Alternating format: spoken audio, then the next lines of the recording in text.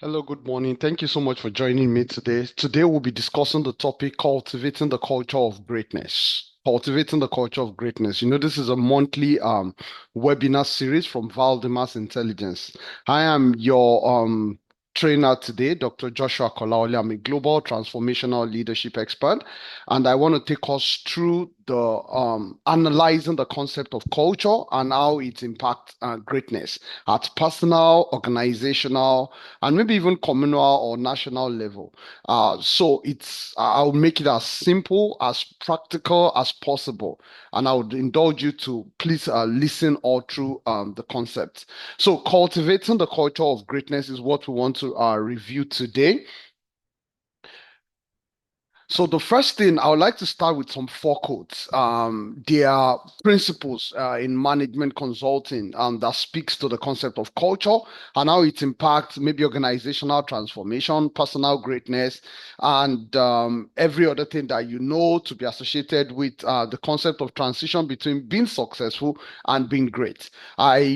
I've always liked to say this statement that many people can be successful. Like it doesn't take so much to be successful. Just be consistent, just be diligent. But for you to become great, for you to be able to translate that success into an integrated system and make it to be sustainable over time, then that requires a whole different ball game, and that requires you integrating something into the culture. So culture is the soil in which greatness is. Culture is the soil in which greatness grows because culture drives transformation far more than strategy or technology would ever do. There's this statement attributed to the great management consultant, Peter Drucker, that says that culture eats strategy for lunch. The idea is that no matter how brilliant your strategy is, no matter how cutting edge your technology is, I have been involved in several digital transformation where the culture of the people did not adopt the technological platform due to so many limitations or gaps and that were identified, that we now had to retrain the people over a period of time.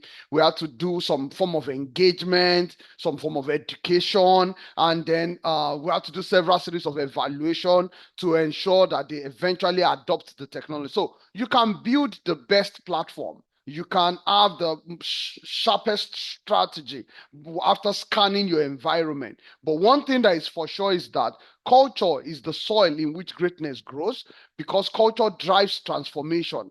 So you can imagine the process of digital transformation where we always mention that uh, we critically have four things. We say we have the people, we have the processes. Yeah, so we also say we have the platform, which is the technological platform. Now that's technology. And then ultimately you have the business environment.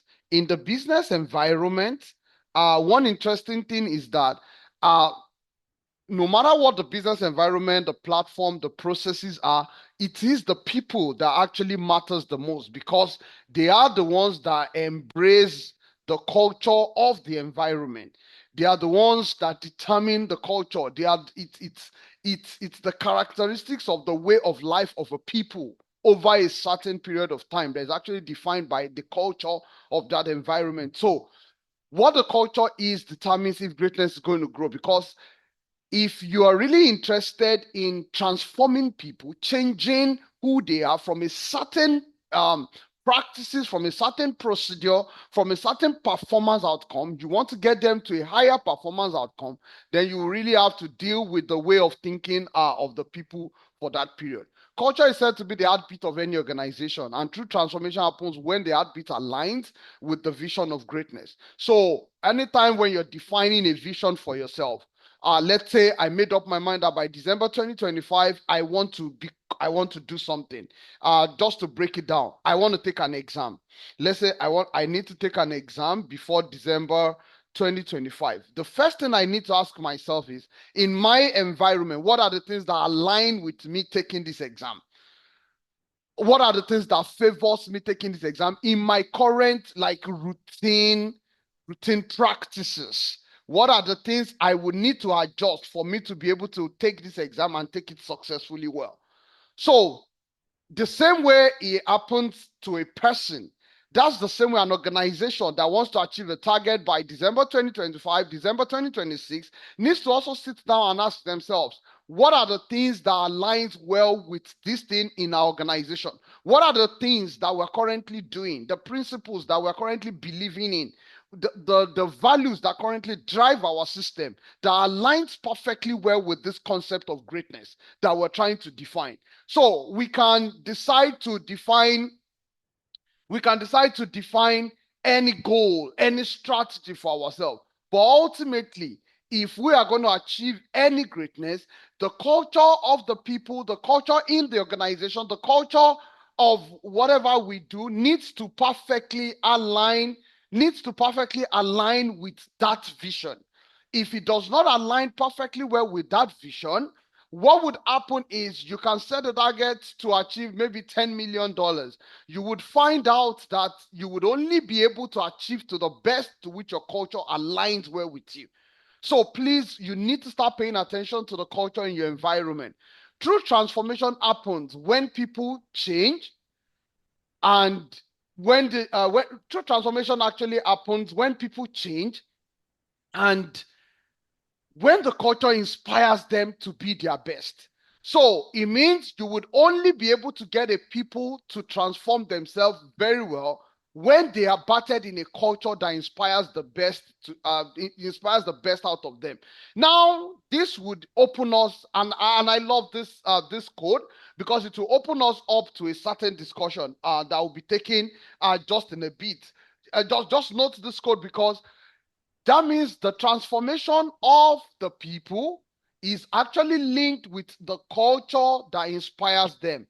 This is already telling us something, that the culture can be a two-way street.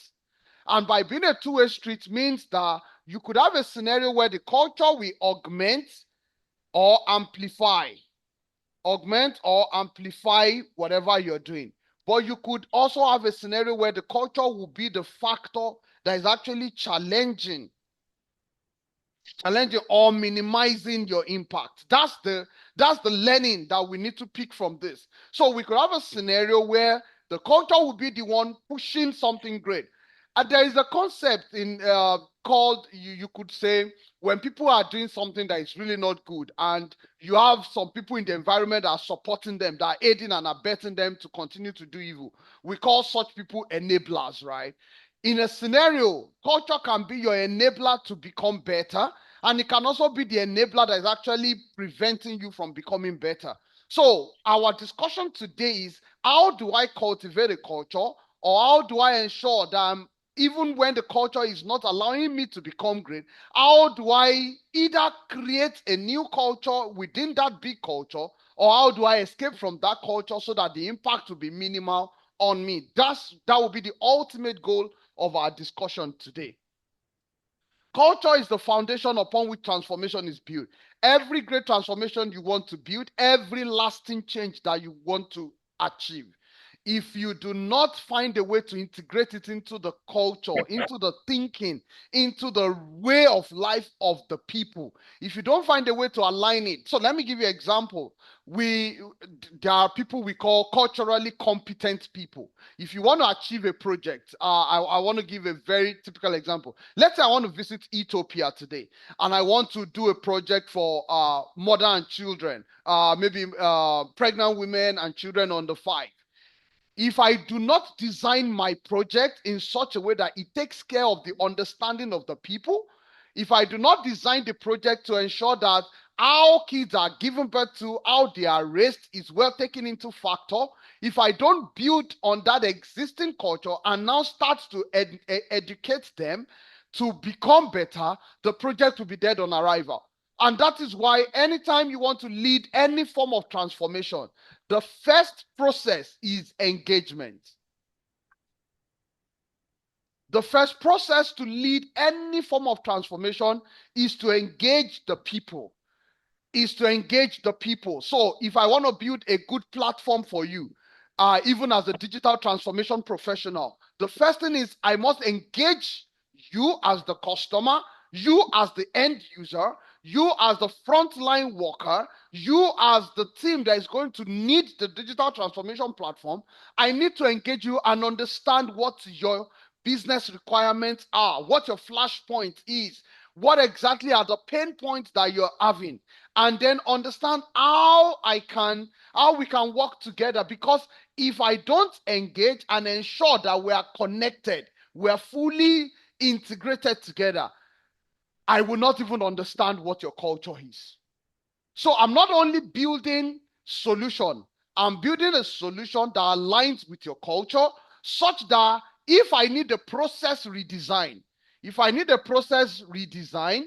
such that we can align with the culture, the part of your culture that can make our platform become a great one. So, like I said, in a culture, you can have factors that are supporting greatness. In the same culture that some people will say this is a bad culture, you still see factors that demean greatness. So look at every culture across the world. They all have their strengths and their weaknesses.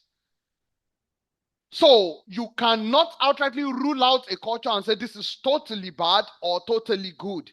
All you need to do is to identify what part of the culture can make you great, and also accept your own personal identity, clarify who you are, and then align with it so that you can integrate those things that work well in you with some disciplined rhythm, aligning with the great things in your culture, and be able to use it as a launching pad to greatness.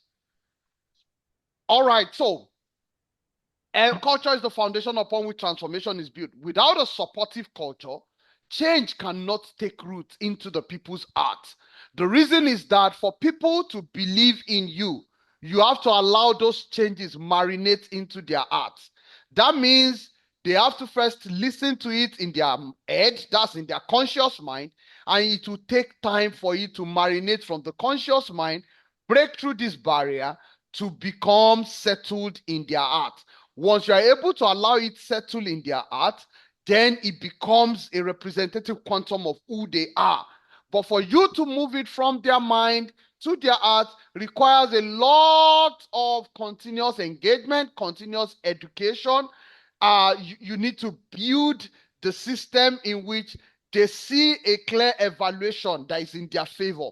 When they see that there's continuous engagement, education, and evaluation, then they start accepting the reality. Therefore, to transform the world, we must begin by transforming every culture to become a better, to embrace the great things in those culture and minimize the weakness in the culture. Now, this is a picture of an ocean wave.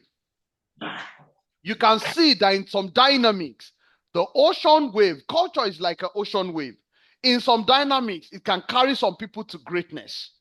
But in another dynamics, it can get some people to destruction. So if you're a surfer, it is always been said that surfers understand how to align themselves with the wave of the sea. What people say is, some people say, just go and challenge the culture. Just go and challenge the way things are being done. What I have found out over time is that if you don't wait for the accurate timing to challenge that culture, the same culture that brought some people to greatness, that you would have read about in books, that people had challenged something and they became great. You see so many brilliant names that we have in history, but the one that quickly comes to mind is Nelson Mandela. He was in prison for 27 years. They kept challenging appetite. They kept challenging that this is evil. But the idea is that until everything aligned for them, that is when they were able to end appetite. So what I am saying is there is some culture currently that you would require a bit of some timing, a bit of some development, a bit of some understanding, and I would explain it in my last slide, why you would need to embrace some, because every time you identify a gap in your culture and that gap is impacting on you negatively, one thing you need to know is that you may also be protecting that idea.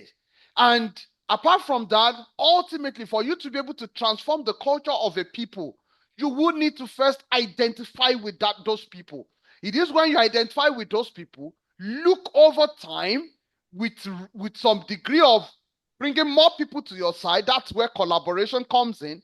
Ensure that the people that comes to your side has the time to grow and solidify the new reasoning you're trying to sell. Build some degree of resilience in them, because sometimes you would challenge it and you would get burnt out. You will need some time to be able to grow. You will need to think innovatively. You will need to allow time to build that this thing and align with the signs of time. So for you to align with culture that will carry you to greatness, there is a system view to which things are done. And that is why for you to become great, it takes a whole lot of understanding. And that's why I said many people can become successful. But greatness is not for children. Greatness is for matured minds.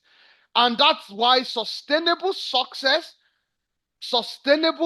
big level success requires a whole different understanding, a whole new mindset for you to cultivate the culture of greatness in any situation, in any scenario where you find yourself. You need to know that the same wave that can carry you to greatness can also bring about destruction. And if not well managed properly, if the kairos moment is not it and you make your move, you may get burnt out. You may arouse bigger conflict in the society. Fear will be a critical factor because they will challenge you. Culture will always challenge you when you're not aligning perfectly with it. Let me give you a very good example. So you can imagine a Nelson Mandela coming back and saying, no, this is not good. Okay, I need to raise some army. We need to run. We need to challenge this. We need to raise some rebellion against the existing government. The government will challenge you back. And they did. They did arrested them. They did kill some of them. They did imprison some of them. They did kept telling them to renounce their way of life. Some of them did and went back to join the initial culture. But some stood as strong, but they had to stay over time to be able to align with the wave of time where the whole world has now agreed that apartheid is evil. And then they were able to break that backbone. Someone once said in a movie I watched that, look, you're in a difficult time. You will not walk your way out of this. You would have to think your way through this. That is, it is not just about taking action. It's about taking thoughtful action that well aligns with things over time. They always say intelligence precedes operation. You need to get your intelligence right before you can jump against a prevailing culture of a people. So you will need a great deal of collaboration. You will need a great deal of resilience. You need a great deal of innovation. If you are going to work to align with the greatness in your culture to be able to build a great life. Now, what is this culture? We had said is the totality of the way of thinking, of the way of doing things in an environment. And I want to talk to us about the things that defines the elements of culture that we have. I'm sure the one that comes to mind first for everyone is the belief system in that environment. This belief system these beliefs impact how things are seen, and it's one of the most dangerous things I fear the most, because once the belief is against greatness, then it becomes exceptionally difficult to get the people to become great. You will need to recreate, rebrand, reorient. You will need a great deal of intervention to be able to get the people to see differently, because this belief determines the way people see. It determines what people hear. It determines the actions they take. It even determines what their performance outcomes will be. If you get into some society, you would understand better why they remain the level where they are, because the belief system is more of a communist society where everybody gets to share all the resources they get. And so everyone on the average just becomes contented with what they have and they want to share. And you get into another society just some miles away, they are capitalist. They are driven by the ideals of making great income. They push themselves to the brim. They push themselves out of the ordinary, and because they are capitalist driven, they become more wealthy. The wealthy people believe that the communist people are lazy. The communist people believe that the wealthy people are greedy and evil. And you will see how those beliefs determines how many people even lives or dies. It determines what number of people succeed. And if greatness is what we want to build, if the idea is to become exceptional in whatever skill, in whatever area you have, then you need to seriously challenge every limiting belief. And did I say the word challenge? I use the word challenge carefully because I know that in most cases, you may not be able to outrightly defeat beliefs that have been ingrained into your heart, especially the ones that have been ingrained from childhood.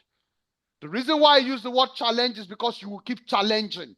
You will keep having to get some truths to challenge those lies. You keep having to get some truths to challenge those statements that will come into your mind.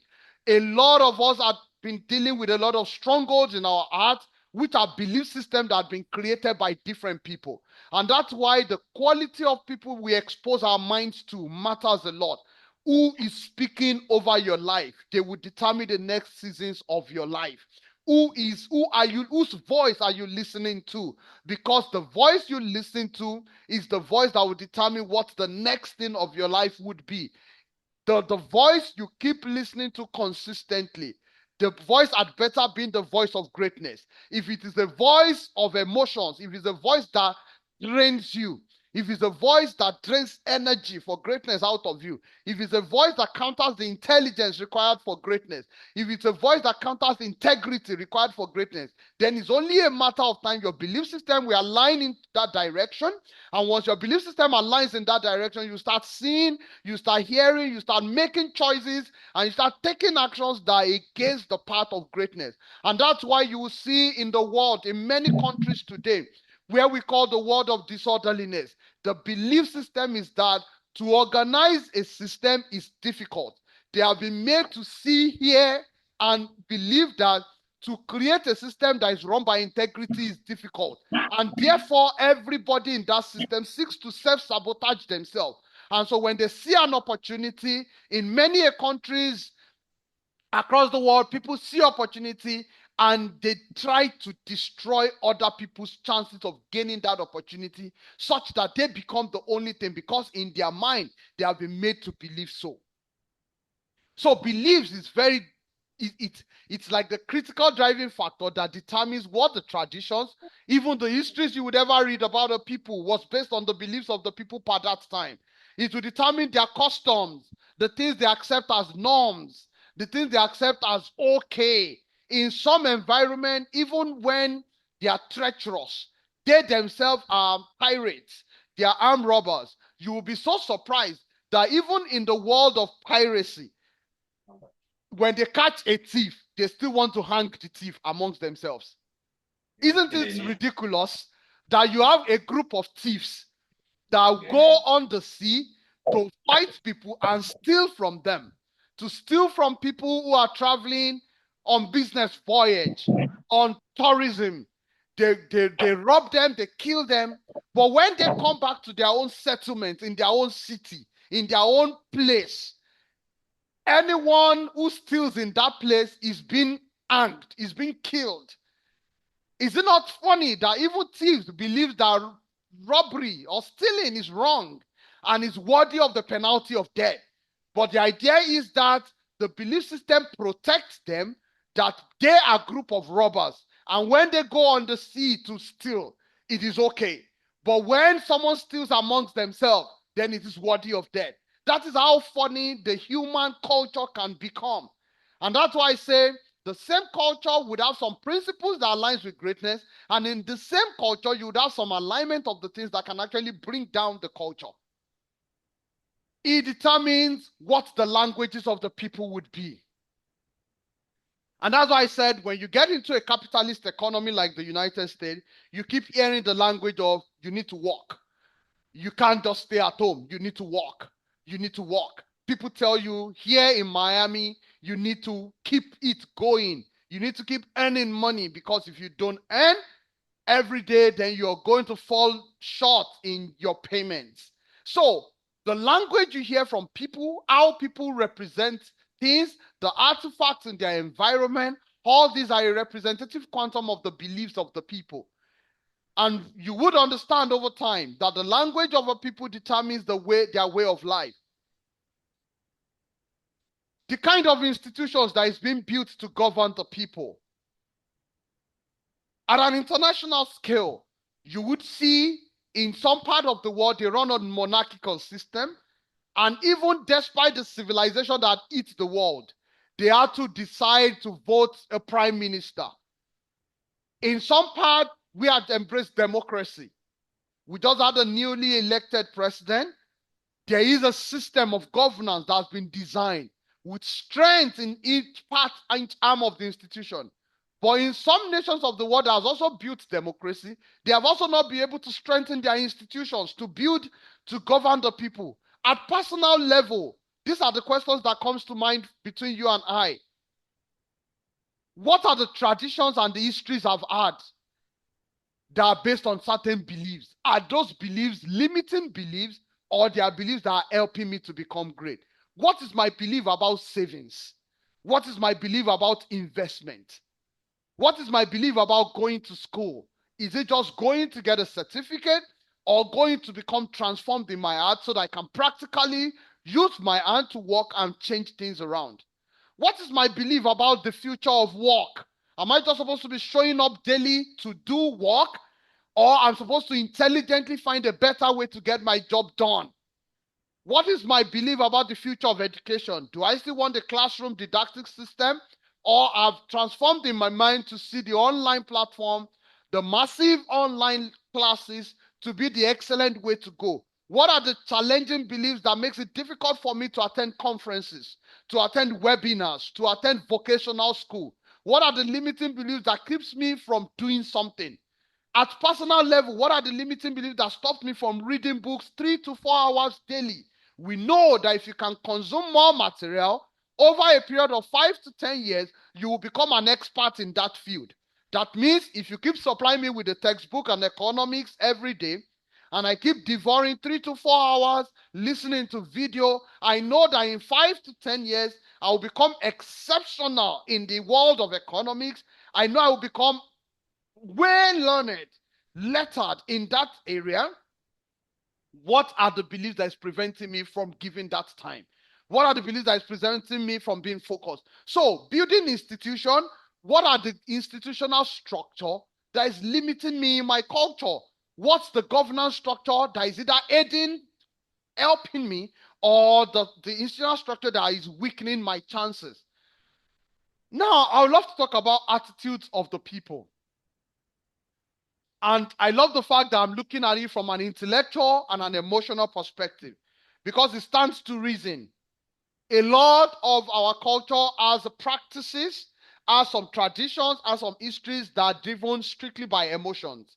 And because of that, those factors do not really have a true cause and effect, except the effect that is given to it by the emotional behavior and reality of the people. But at a logical and intellectual perspective, there are some things that you would violate in a culture that will have a direct impact on your life as a cause and effect idea. So, what's the attitude of the people towards learning?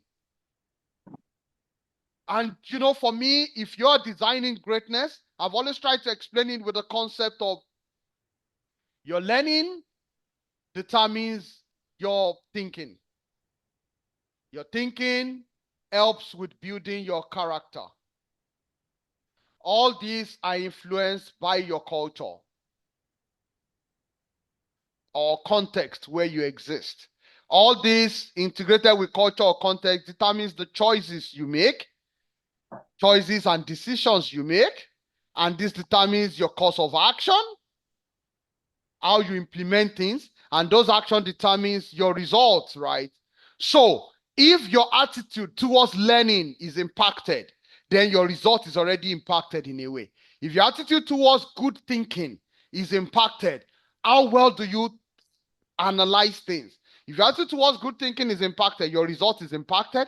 If your attitude towards solid character, strength of character, clarity of purpose, if your attitude towards aligning with the good part of your culture and context, you see how important the concept of culture is. No matter how brilliant you are in learning, no matter how exceptional you are in thinking, no matter how great of a person you are with your character, if your context is a wrong one, if you find yourself in the wrong culture, your choices will be impacted, your total result will be impacted.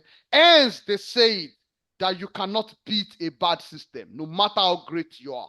All you need to do is either look for a more brilliant system to align with, or you find some parts of the context or the culture that you would align with. Like I said, all of a culture is not totally bad, and all of a culture will not be absolutely good. Your role as a person is to now pay attention to the trends, to the socio-political, socio-economic, and the moral values and virtue of a culture that determines the traditions of its people, that has impacted on their history, that has even altered the way they talk, their languages, that's and this has been built over time. These are ways to alter, to build build greatness. Now, I've been thinking about this, but these four things are actually classic things that would impact greatly on how you would be able to build greatness. The first thing is you must understand your identity, especially as an individual. And even when you now belong to a community, you must understand the identity of the community that you belong. And you must understand how the identity in that community would impact you. So if I decide to join politics today, if I become a Democrat, I must understand that there is an identity for Democrats. And that identity will impact on my individual identity. If I decide to become a Republican, then there are some values I've decided to stand for. And those values will impact on my current identity, or will be a reflection of my current identity. So it's a two-way street where there's a link between your identity, your values, system, the alliances you decide to make. If I go into a church today, that means I am aligning with the values of that church. If I become a member of that church, if you join an organization today that you're working with, automatically you have an identity that you're bringing. Because of your alliance with that organization, there are some value systems that will be impacted. And just to make you see the link between all these things, by the time I become a Democrat, there are some attitudes that come to me by default. I cannot be in a Democratic rally and be talking like a Republican. If I decide to join, if I decide to, okay, and so this just speaks to different groups of things that you can be. If you work in an organization, you'd have to align with the attitude towards change, risk, and innovation in that organization. And it would ultimately determine your identity. It would determine the quality of values you have. So if you work with some organization, you would see that they prioritize honesty, transparency. Some prioritize diligence, discipline. Some just prioritize loyalty, and they can leverage on that to do a lot of evil. So it's just a function of so many factors that keeps alternating around. But if you really want to become great, I would say start with a strong identity. In the build of building strong identity, you will need great value system. You will need to build strong value system driven by a great vision. You need to build that. That would determine the quality of alliances, the people you would align with. It is only people of this great value system that you will come and align with.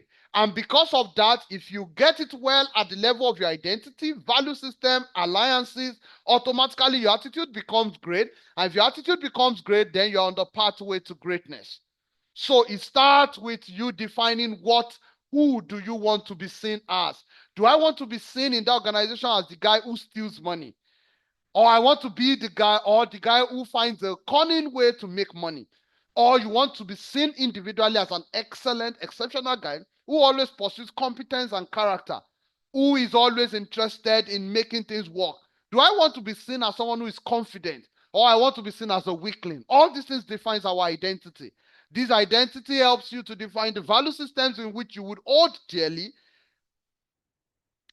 determines the people you would align with in some organization. And that's why even in an organization, everyone will not be your friend, even amongst your bosses. There are some alliances you would have to make because of some grounds you need to stand, and they will determine your attitude, and attitude is critical to greatness. So at an individual level, please beware of your identity. Everything you do daily is a reflection of who you are, and is a reflection of who you're also becoming. If you want to become someone of great strength, then beware of the things you do. Beware of how you think. So our identity is determined by the following, so that this would help us. I just had to speak a little to identity, so that it would help us. Your discipline system. What is your strength? Your strength of discipline with food, your strength of discipline with money, your strength of discipline with opposite sex, your strength of discipline with what you do, your strength of discipline in your career, your strength of discipline with your spiritual or religious belief, your strength of discipline with even the things you call your values that you hold dear. If you think through it clearly and you understand your strength of discipline, then it would help you to know who is my source of hope, because you need a great deal of faith to be able to hold that discipline. If you can integrate these two together, it will help you to prioritize what is supreme to me, your focus. What is that one thing that is supreme? What is that one thing that gives me the greatest joy?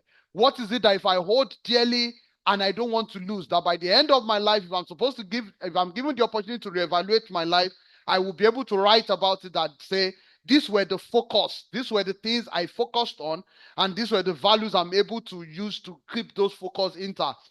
And ultimately, this will determine your vision and the quality of wisdom that you will carry. Honor, humility, orderliness in the way of solving problems.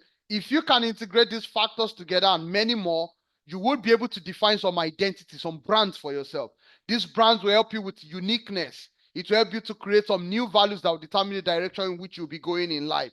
So, why am I saying this? I am saying this because I want you to know that everything about your identity rests on the strength of your character, the strength of your discipline, which now integrates with the quality of who and what your source of hope is, your faith. Because without hope, a man is presumed dead. It's the hope of the greatness that keeps us going. That hope will help you with discipline to narrow down to a focus and say, okay, I want to become a software engineer. Now you have defined a focus because you have a source of hope that you can become a software engineer. If you ask your friend, he might not say software engineering. He might say, I want to become a pilot. Because in his mind, he has the source of hope to become a pilot. But ultimately, this will be a function of the discipline, the strength of the discipline in you, your capacity for vision, and your capacity for wisdom to remain honorable, humble, to understand the dimension of the culture, and to solve the problem in that culture. The next thing is our value system. A lot of us would want to ask me, okay, you kept saying identity to value. Identity to value. What's the connection? What's the relationship? You see, I've come to explain to you today, and I hope you would reason with me. And feel free to ask me during question sessions if you don't quite agree with this. Our value system is actually ultimately defined by the things we consider of supreme importance to us. Those desires, those passions that keeps questioning us that, okay, I need to trade this off for this. But it's also being impacted by our fears and anxieties, the things that are preventing us from jumping at those passions. Then it's also a function of the quality of language we listen to and the ones we speak of. So how some people will say, we just continue to live on like this. I'm even tired. I've given up. These things cannot be good anymore. When the quality of our language has gotten to that level, when I listen to a people speak that way, I know that they are drained. I know that they are declining. But when I hear a people say there will be hope, we are bouncing back. When I hear people say this is what we would do and this is how we would do it, I have a greater future. I believe in hope. I believe in excellence. I know such people still have some life in them. And so, quality of language, how do you listen and what do you speak of? These are crucial things that build your value system. Then you need a lot of capacity for focused planning. Without this, you'll be easily distracted. So we have some degree of some people are easily distracted. Once they hit an obstacle and they see that this is going to be a hard choice, they just run away from the hard choice and just deflect back to the easy one. So what am I saying? Your priorities, your passions, your fears and your anxieties, the quality of language in your mind, and your capacity for focus planning. These are the critical things that will determine your value system. Your ability to say no, I would align by transparency. That is, even if I'm amidst some people, and we are 15, and 14 and a half of them, or 13 of them, sorry, are people who say, who has to lie to gain things, to gain some advantage. If only one or two of you are going to stand by the truth, that your capacity for standing by the truth to say this will be our value. We will speak the truth always. Quality of language. Even though there are fears and anxiety that we may not make money, but we will be good. Yes. So you are dealing with your fears and your anxiety. Your passion is to have a great identity. Your priority is that you want to be branded as someone of integrity, someone of intelligence. And then if you continue to do it with some focus planning, you're not distracted by the fact that 13 or 14 other people are robbers in that society. It would ultimately build an excellent value system for you. That value system will be help you on your pathway to greatness. How do you cultivate a culture of greatness in a society? The day a man starts saying, I will read 4 hours a day, I'll give myself to continuous learning. That day his quality of thinking starts changing. That day his quality of character starts changing. How he sees life starts changing gradually. His culture will start challenging him from that day. Because his culture will start challenging him from that day, he has made reading his priority. He has made learning, maybe coding, his priority.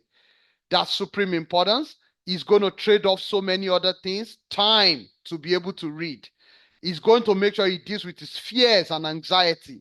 Where will I get the money to buy a laptop? How do I buy books? How do I connect to Google? How do I learn? How do I get money to train myself? Those will be your fears and anxiety. People will threaten you. They would even say things like, don't worry, you can't make it. You're too late. You don't know stuff. The society will condemn you, will try to bring you down. This comes under fears and anxiety. But now, if you integrate all this together, you also must know who you're listening to, how you're listening, and what you say about yourself. And ultimately, you must ensure that you're not easily distracted. Once you're easily distracted, you will not be on the way to greatness. I love asking this 4 question. If I find myself in any society, I want to ask, does the culture of this system defines integrity, character? Does the culture I have here have good intentions for me? Is it compassionate?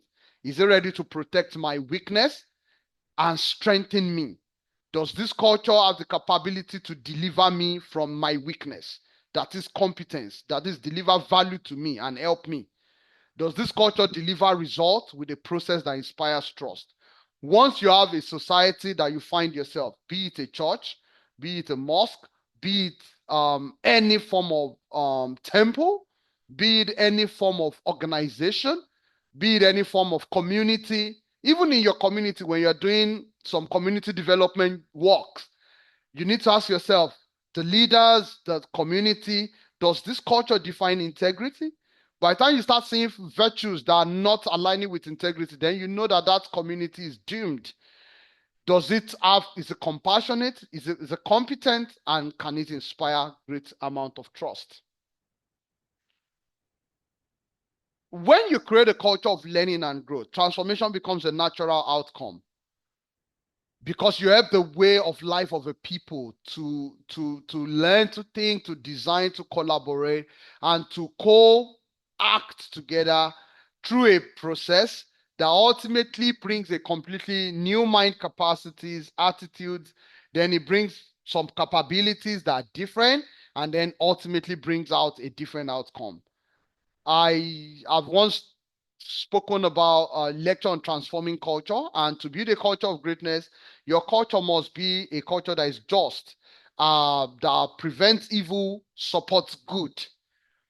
It must be a culture of excellence. It must be a culture that is resilient and strategic. I'll just breeze through this, because A culture of trust, openness, and collaboration is actually the beginning of meaningful transformation. If you're truly interested, either as a person, as an organization, as a community, as a system, or as a nation, and that is why I hail from Nigeria, and I understand the fact that we have a new government system that's trying to make things work. But the reason why, as a transformational leadership expert, why I know we're currently joking is that if you are truly a leader who is interested in transforming a nation, you will start from a system that is transparent and open. As long as the people, you still have to hide a lot of things, you still have to rule by fear, you still have to hide resource allocation, collaboration, and especially because there's no focus on the mindset of the people. You cannot transform a people if you don't redefine their mindset. As long as you don't make learning and training of paramount importance for a people, as long as you don't make the concept of transparency, open communication, and accountability, and you're not thinking about creating a fear system, I keep thinking, how would the current leadership be able to transform the nation if the fundamentals are not good? It's just like the statement in the scripture that says, if the foundation be destroyed, what can even a great person do? You cannot do so much when your foundation is not right. So please write this down. If you really want to change any society, you need to help the society to be a learning society. The reason why that learning is important is because it is the one that will lead to helping the society to become transparent, open, and accountable to its people. And when you're able to use that, and look at every great nation, China, the United States, the United Kingdom, Japan, go and study them carefully. They paid attention to the training of their children from childhood. If Nigeria, if Africa is going to be a great nation, we need to go and start from helping the educational system. We need to go and ensure that the educational system is well reformed. Excellent minded teachers in building the culture that is just into children from kids. Train up a child in the way he or she should grow or go. And before you know it, it's just a matter of the first 10, 15 years of their life. If you integrate the values and virtues of transparency, open communication, accountability, the child would stay in it and continue to grow. So the element of a transforming culture, basically, these are the fine values. You need a strategic culture that can diagnose and see into the future, and then be able to create an infinite game where everybody is not pursuing, I am the best, but we are pursuing a concept of we will all make each other the best. So it's an infinite game that runs beyond a mindset. It runs over a lifetime of the community. So we have a just culture, a culture of excellence, a resilient culture, a strategic culture. This speaks to you as an individual. How well are you working, allocating, just talking to yourself in a truthful manner? Are you collaborating well in a just manner? Have you built the mindset for excellence? Are you resilient, constantly evolving, constantly adapting? Because you need that resilient nature to stay strong. And then, are you strategic? Do you always look at what the next 5 years would be? Are you making assessment based on your current strengths and weaknesses, based on the opportunities and threats that is given to you?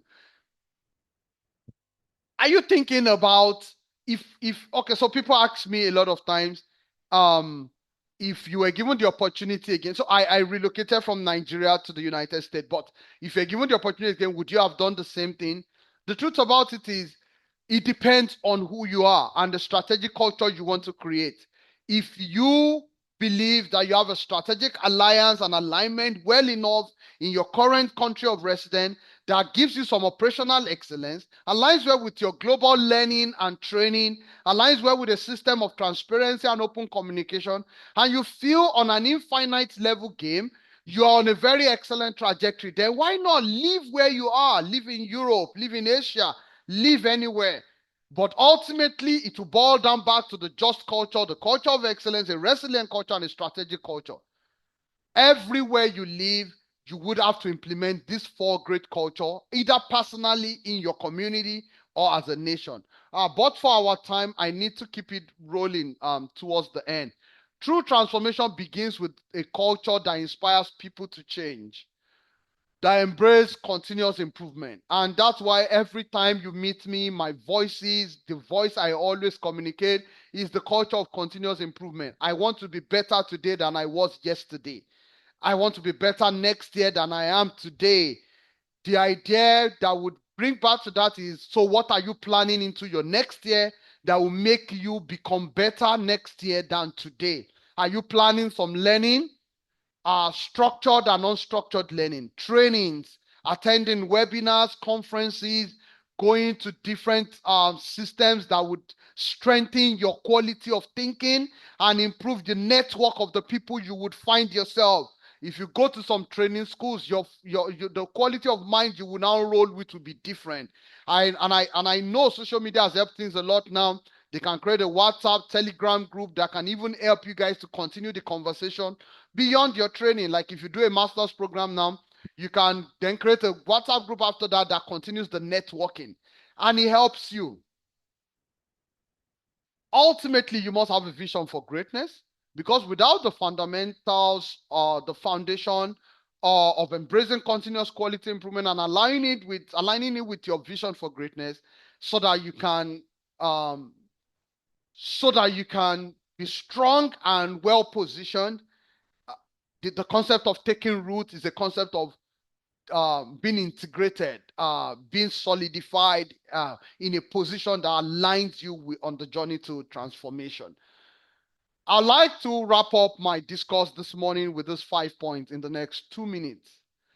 If you want to challenge limiting cultural beliefs, the first thing is to identify your own personal struggle with the culture. And the second part is accept who you are. Don't let them, in some culture, they will tell you you are proud, you are this, you are unfit. Some will use very demeaning word. Some will use the word arrogant. Some will use the word, just name it. Several words will be used against you. But you need to first sit down and accept who you are. If you accept what they say, then you're in trouble. But the most important thing is for you to accept who you are, not what they say. But you must also identify, what are my struggles with this current culture? It looks like this culture is not transparent. It looks like this culture is not just.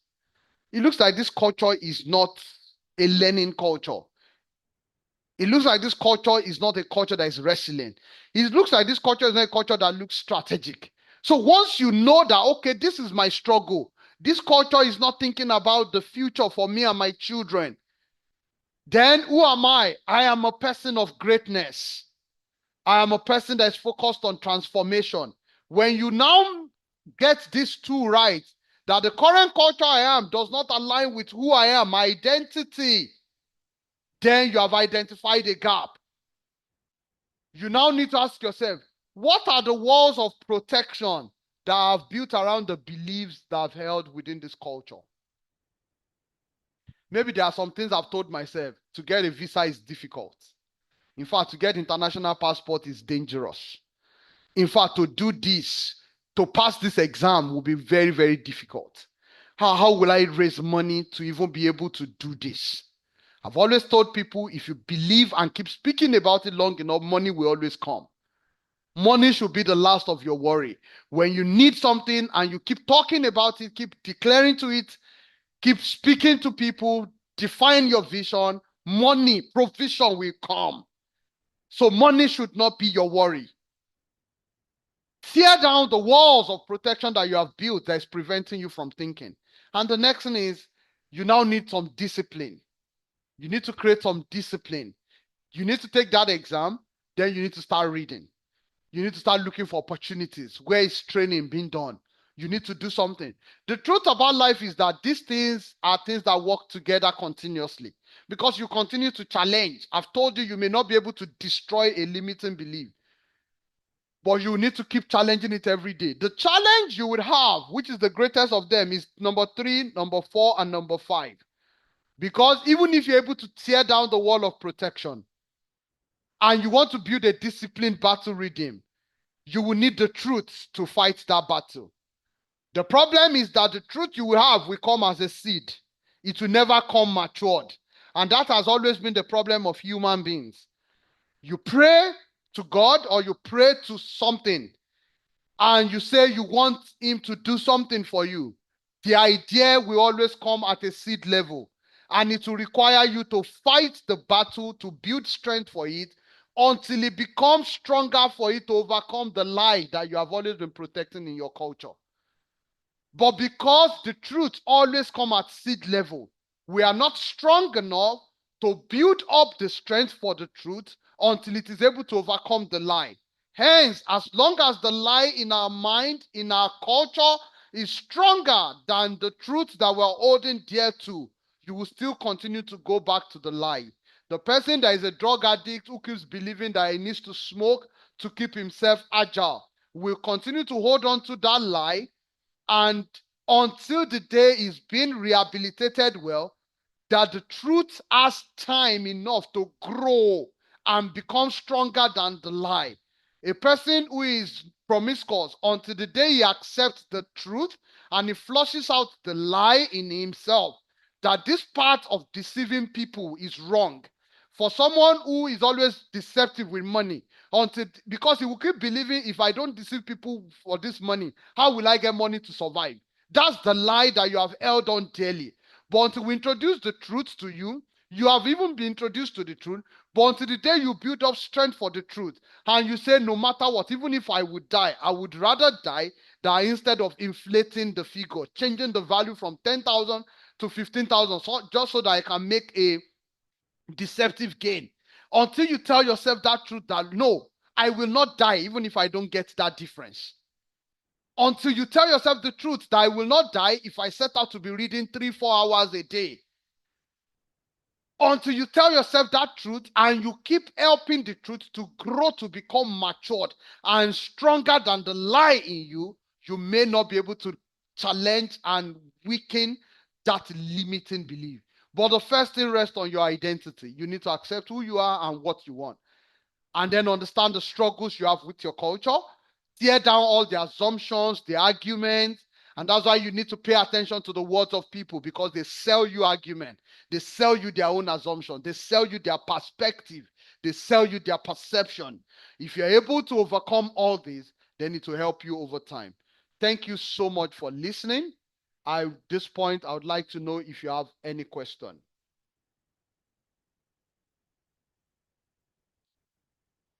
Thank you so much for joining, and thank you for everyone who has joined, and for those who would listen later on the YouTube. But please, it's Hello. time for question. Yes, please go ahead. I actually have a contribution. All right. Thank you so much for the training. One of the things you mentioned about culture is that we need it to be transformative. Um, but when you get into an environment, a system, whatever, one of the key things you actually notice is complacency, whereby you notice that people are just satisfied with the state of mind, they are content with their current situation. So it often leads to a lack of awareness of proactive measures to address probably potential dangers or opportunities for improvement. So one of the key things that I feel want to do to be able to bring the change, the needed improvement into such environment is, aside understanding your identity, knowing who you are, you need to also build resilience such that you are able to adapt, you are able to recover, you're able to even bounce back from challenges, setbacks, because this will come. That's the reality of trying to transform a culture or a system.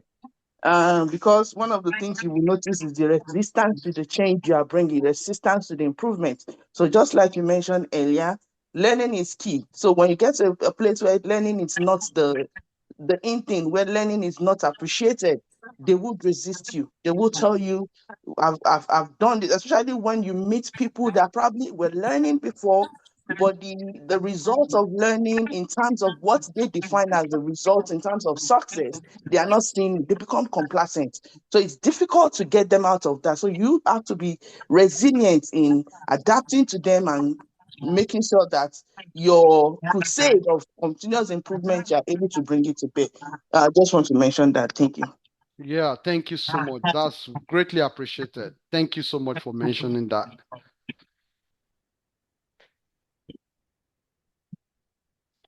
Do we have anyone with a question?